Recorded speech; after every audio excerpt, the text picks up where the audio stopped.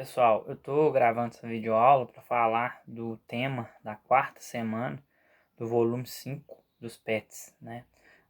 Para o sétimo ano, o tema da quarta semana traz redes de transporte e comunicação. Com o advento da globalização, né?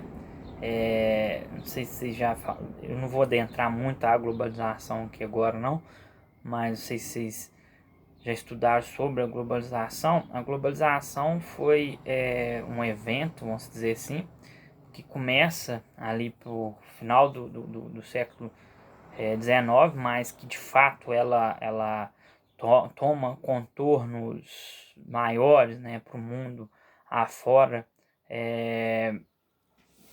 no século XX, principalmente final do século XX, que ela vai estabelecer mesmo suas características pelo mundo afora.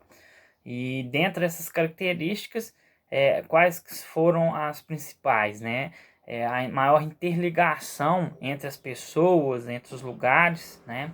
Houve a parte com a evolução dos meios com incrementos tecnológicos, né? Vários meios de comunicação, de locomoção, né? Houve essa maior interligação, que é a principal característica da globalização. É óbvio que isso não vai se dar da mesma forma para todas as pessoas, até porque todos esses incrementos, essas inovações tecnológicas, elas estão ligadas ao capital, né? Ou seja, o acesso do capital, do dinheiro, né? Elas requerem que a pessoa tenha dinheiro, que tenha o capital. Então ela não vai, obviamente, se dar da mesma forma para as mesmas pessoas, para todo mundo, né? Quem tem maior poder aquisitivo, mais dinheiro, vai ter maior acesso a esses incrementos tecnológicos, vai conseguir manter mais essa interligação, né, entre as pessoas e entre os lugares, né? Vai poder estar viajando mais, né? Porque vai ter meio de locomoção para isso, mas vai precisar de dinheiro para isso.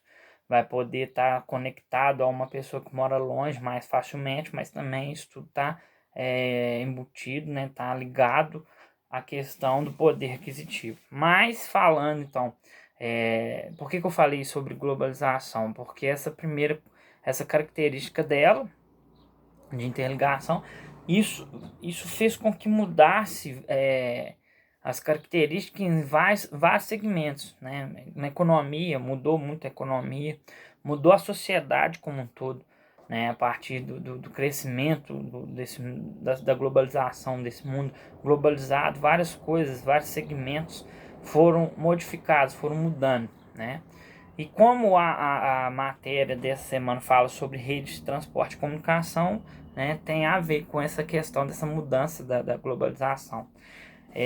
A partir dessas mudanças nesses segmentos econômicos e na sociedade como um todo, né, o investimento em redes de transportes, né, ou seja, em meios de locomoção, ele se fez muito importante para todas as pessoas em todos os lugares, para todos os países, né, e da comunicação também.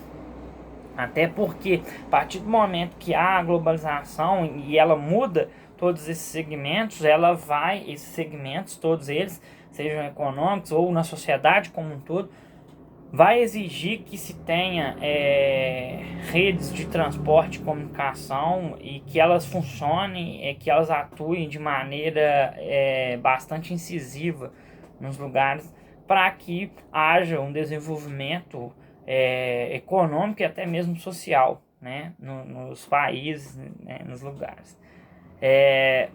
Então, ela é de suma importância. As redes de transporte, né, elas vão até do transporte das pessoas em si, mas também do transporte da produção, para escoar a produção dos países, dos lugares. Com a globalização, há também uma maior parceria, né, relação econômica e comercial entre os lugares, entre os estados, entre as regiões, entre os países. Então, essa produção ela precisa mais ser escoado de uma maneira mais adequada e rápida, né, com a logística melhor, né, porque ela não é como antes, que ela vai ficar mais, o que se produz naquele lugar fica concentrado naquele mesmo lugar, né, a população interna daquele lugar consome aquela produção, não. A produção ela vai escoar, né, hoje a gente vê fábricas, indústrias aqui da nossa região, perto da nossa região, exportando para outros países, né, então tem que haver uma rede de transporte que funcione para isso. E, obviamente, uma rede de comunicação também, né?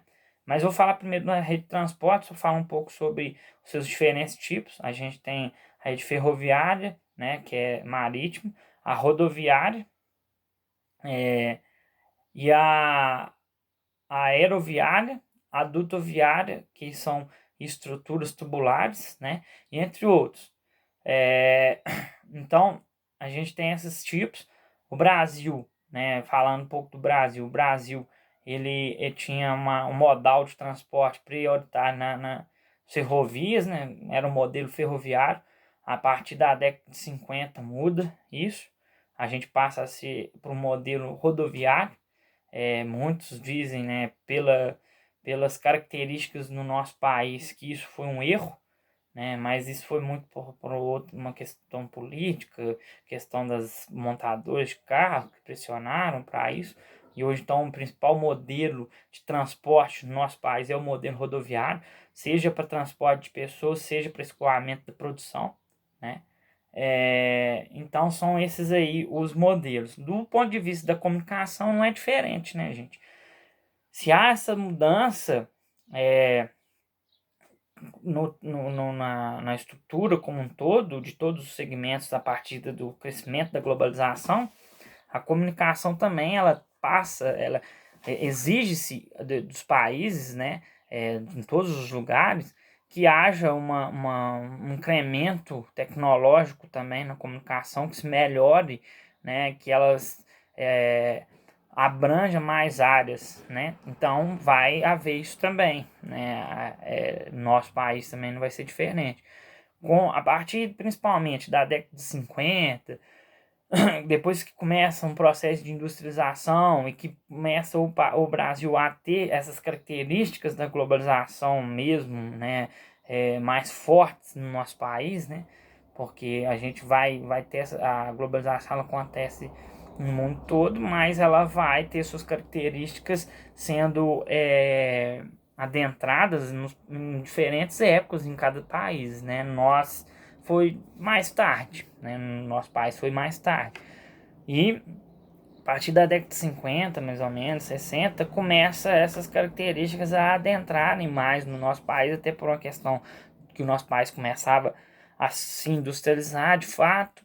E aí é uma característica que vai haver, né? Aí o Juscelino Kubitschek, lá na década de 50, o presidente, ele pensa muito nisso, que é maior integração do nosso território, né? O território brasileiro era imenso, né? Dimensão continental. E até então ele era caracterizado por vários arquipélagos. Como que era isso? Era lugares, várias regiões que não tinham contato, ou um contato muito pouco, muito íntimo com outros, né? Então a gente tinha as pessoas isoladas ali na região norte, isoladas na região nordeste, isoladas na região central, isoladas na região sudeste e sul, que essas duas tinham um pouco maior de contato.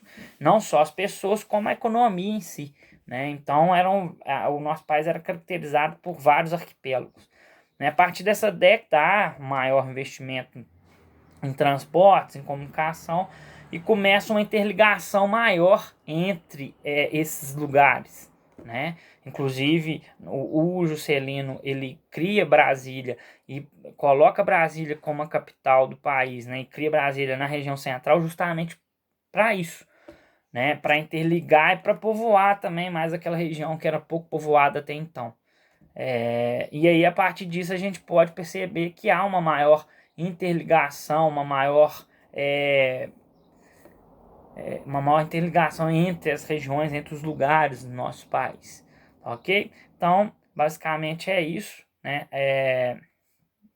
A gente pode perceber pelos mapas, inclusive, né? Um mapa traz as modalidades de transporte e os meios aí de transporte, como que ele funciona no Brasil, aí no material de vocês, e a gente pode perceber que está mais interligado. Obviamente que a gente vai ver que as regiões que concentram mais economia, que por exemplo é a região Sudeste e Sul, elas vão ter uma rede de transporte mais completa, né? A gente pode perceber isso pelo mapa, mas a gente percebe uma maior interligação, né?